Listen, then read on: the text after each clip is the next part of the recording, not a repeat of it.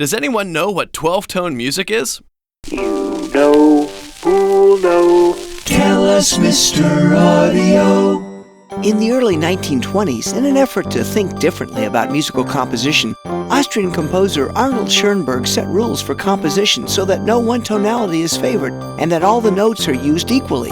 This composition style is called 12-tone music, also 12-tone technique, dodecaphony, 12-note serialism, and/or 12-note composition. All 12 notes in a chromatic scale are arranged in what's called a tone row, where each note is used only once. This tone row is known as the prime. In addition, there are 3 transformations of the prime tone row, which follow strict mathematical rules. One transformation is the retrograde, which is simply the prime row in reverse order. Another variation is the inversion, which is like the mirror image of the prime row. Here, the first note is the same as the prime, but after that, the notes move by the same interval but in the opposite direction. For instance, if the second note in the prime row were a major third higher than the first note, the second note in the inversion would be a major third lower.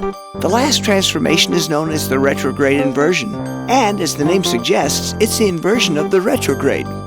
Like many experimental techniques, the concept is more interesting than the actual music it produced. But this 12-note music technique was used by many famous 20th century composers, like Schönberg, Bartók, and Stravinsky. Thanks, Mr. Audio. For more interesting facts about sound, visit Mr. Audio at soundimages.com.